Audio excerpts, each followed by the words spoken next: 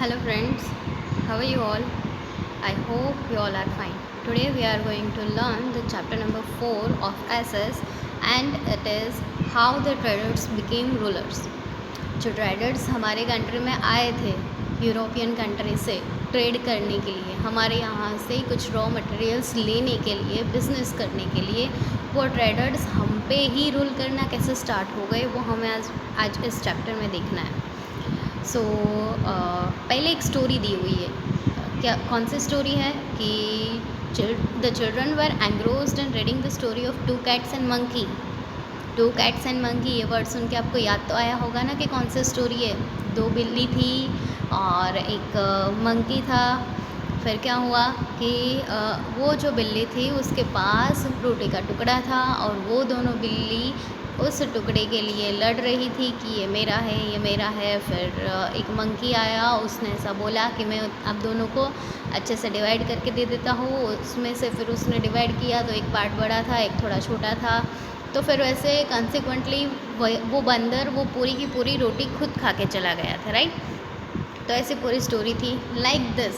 इसी स्टोरी की तरह ये जो अंग्रेज़ लोग हैं, ब्रिटिशर्स, उसने ट्रेडिंग के लिए आए थे और हम पे रूल करना स्टार्ट किया था. हुआ कुछ ऐसा ही था. दोनों बिल्लियों की तरह हमारे भी बहुत सारे एम्परर्स थे, वो अंदर अंदर ही एक दूसरे से लड़ने में रहे और वो लोग हमारा देश ले अपने हाथ में उन्होंने ले लिया था.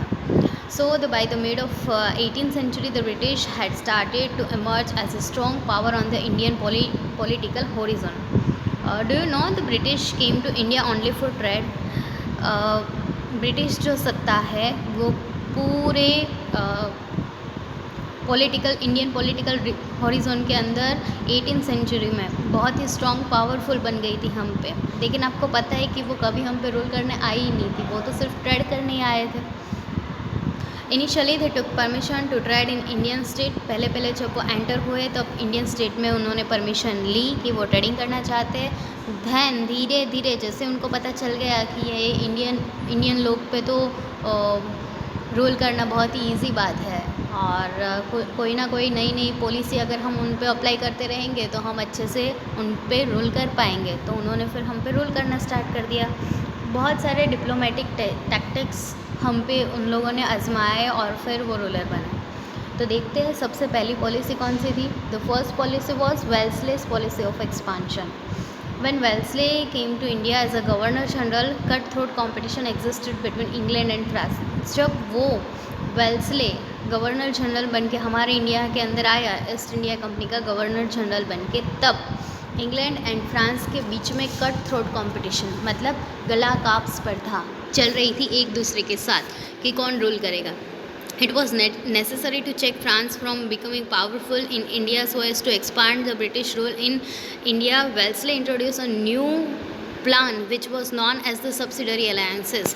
और अपने कंट्री को रूल करवाने के लिए वेल्सले ने उसी टाइम पे ये पूरा कंपटीशन हटाने के लिए एक पॉलिसी दी और पॉलिसी का नाम था policy of expansion.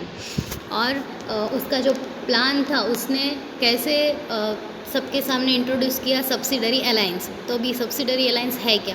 As per the scheme any princely state that accepted the alliance had to keep and maintain the British army as well as keep a British representative in a royal court. This way, the British could maintain their army without spending any money. However, the princely state were not allowed to utilize the army at their own will. क्या किया उन लोगों ने कि subsidiary alliance में उन लोगों ने हमारे सारे किंग्स को एक पॉलिसी दी कि आप हमारी आर्मी का यूज़ कर सकते हो, लेकिन आपको हमारी आर्मी अपने ही स्टेट में अपनी आर्मी के साथ रखनी पड़ेगी और खाना पीना सब तो हमारे किंग ही देंगे उन लोगों को. और साथ में ये जो आर्मी का मिनिस्टर होगा वो भी किंग के कोर्ट के अंदर बैठेगा और सारे डिसीजंस लेने में वो इंटरफियर कर भी सकता है, राइट. और एक चीज़ थी कि हमारे जो किंग थे उन लोगों को वो लोग आर्मी तो प्रोवाइड कर रहे थे ब्रिटिशर्स, लेकिन उस आर्मी का अपने हिसाब से वो यूज़ नहीं कर पाते थे. उन लोगों को परमिशन लेनी पड़ती थी ब्रिटिशर्स की. तो क्या हुआ, the system which made many feel secure in the beginning. सबसे पहले तो सबको ऐसा लगा कि एक दूसरे के साथ सब लड़ाई कर रहे थे तो लगा कि हम पावरफुल हो जाएंगे. तो ये सबको सिक्योर लगा कि हम उनकी हेल्प ले लेंगे तो हम ज़्यादा पावरफुल हो जाएंगे तो बाकी के स्टेट से जीत पाएंगे.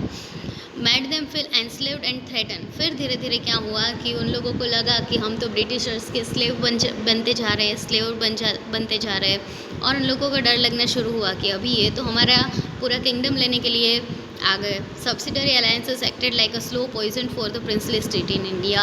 ये एक स्लो पॉइजन की तरह काम कर रहा था।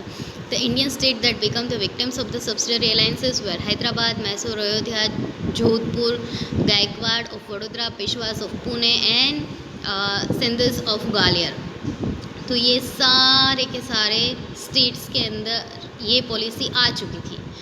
निज़ाम of Hyderabad was the first victim of Wellesley subsidiary alliance. सबसे पहले सब्सिडरी अलायंस का विक्टिम कौन बना था?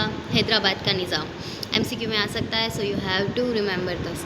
Then it was Mysore and Ayodhya. फिर मैसूर वाले किंग ने एक्सेप्ट किया, फिर अयोध्या में भी ये सब्सिडरी अलायंस एक्सेप्ट किया गया।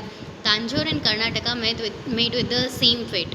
तांजोर और कर्नाटका को भी ये अलायंस एक्सेप्ट करना पड़ा। The British made the Marathas fight amongst themselves and consequently made them accept the subsidiary alliances. Marathas ने अभी तक ये एक्सेप्ट किया नहीं था, लेकिन ब्रिटिशर्स ने क्या किया, उन लोगों को एक दूसरे के साथ ही लड़वाना शुरू कर दिया, और फिर फाइनली उन लोगों को स्ट्रॉन्ग बनने के लिए ये चीज़ एक्सेप्ट करनी ही पड़ी। Owing to the losses occurred by Nizam in his fight with Marathas, he was the first to accept this alliances. जैसे ही निज़ाम की फ़ाइट मराठा के साथ हुई और निज़ाम का जो भी लॉस उसमें होने लगा, तो उसको फिर लगा कि मैं तो वीक पड़ता जा रहा हूँ इन सब के सामने, इसीलिए सबसे पहले उन्होंने ही ये एक्सेप्ट किया था। Tipu Sultan of Mysore refused to do so, but after the British victory in the fourth Anglo-Mysore War, Mysore was forced to become a subsidiary state. पहले तो टिप्पू सुल्तान जो मैसूर से बिलोंग करता था, उसने मना कर दिया था कि हमें ये alliance system, subsidiary alliance system नहीं चाहिए। लेकिन फोर्थ एंग्लो मैसूर वॉर हुई, उसमें हारने के बाद उनको फोर्स किया गया ये अलायंस एक्सेप्ट करने के लिए। Maratha chief fought amongst themselves after the death of Nana Fadnvis. One by one, all the Maratha state become the victim of divide and rule policy of British. Maratha लोग ने भी ये मना ही किया था, जैसे मैंने आगे बताया। फिर उन लोगों ने क्या किया, अंदर अंदर एक दूसरे को लड़वाना शुरू कर दिया, डिवाइड एंड रूल पॉलिसी लगा दी कि उन सब के बीच में पार्टीशन बना दो, मतलब सबको अंदर अंदर लड़वा दो, और फिर वो लड़ने में रहे, उसमें हम रूल कर लेंगे। तो ये पॉलिसी अपनाई थी ब्रिटिशर्स ने। तो other states namely Ayodhya, Gorakhpur, Tanjore, Karnataka, Farrukhabad also suffered the same fate. सबको ये चीज़ अपनानी ही पड़ी। In this way, within the span of 7 years, Wellesley expanded the company rule and made the British supreme power in India. इसी चीज़ की हेल्प से 7 साल के अंदर ही वेल्सले ने ईस्ट इंडिया कंपनी जो थी उसका रूल, ब्रिटिशर्स का रूल हमारे इंडिया में बना दिया, उसको सुप्रीम पावर बना दिया। सी यहाँ पे मैप में आपको दिख रहा है expansion of a British rule in India. After finalising the subsidiary alliance treaties with the Mysore Nizam of Hyderabad and Maratha chieftains, the British move towards the northern part of India. पहले मैसूर एंड हैदराबाद के अंदर ये अलायंस लागू हुआ, उन लोगों ने एक्सेप्ट किया। फिर नॉर्थ की तरफ उन लोगों ने, ब्रिटिशर्स ने मूव होना स्टार्ट कर दिया, सारे स्टेट अपने में लेना। They entered into treaty of friendship with Nepal sensing a threat from it. उनको लगा कि नेपाल से हमें थ्रेट है, तो उन लोगों ने नेपाल के साथ एक फ्रेंडशिप की ट्रीटी, संधि बना ली। They fought many battles to secure the frontiers. Friendly relation with the Sikh king Maharaja Ranjit Singh helped him to win the battle with the Afghans and establish the rule in the Sindh. क्या किया कि महाराजा रंजीत सिंह जो थे वो काफ़ी strong थे, तो Britishers को लगा कि इनसे तो दुश्मनी करनी नहीं चाहिए, तो उन लोगों ने फ्रेंडली रिलेशन उनके साथ बनाया, और उन्हीं की हेल्प से अफ़गानों से उन लोगों ने लड़ भी लिया और जीत भी लिया। और फिर महाराजा रंजीत सिंह जब तक ज़िंदा थे तब तक वो किंगडम पूरा पावरफुल माना जाता था पंजाब का, लेकिन आफ्टर हिज डेथ फिर ब्रिटिशर्स ने ये पॉलिसी उन लोगों के ऊपर भी लगा दी, और so they get the throne of Punjab also under their power. Ranjit Singh was a strong ruler of their time. He had set up a strong army with the help of European officers for the protection of his state.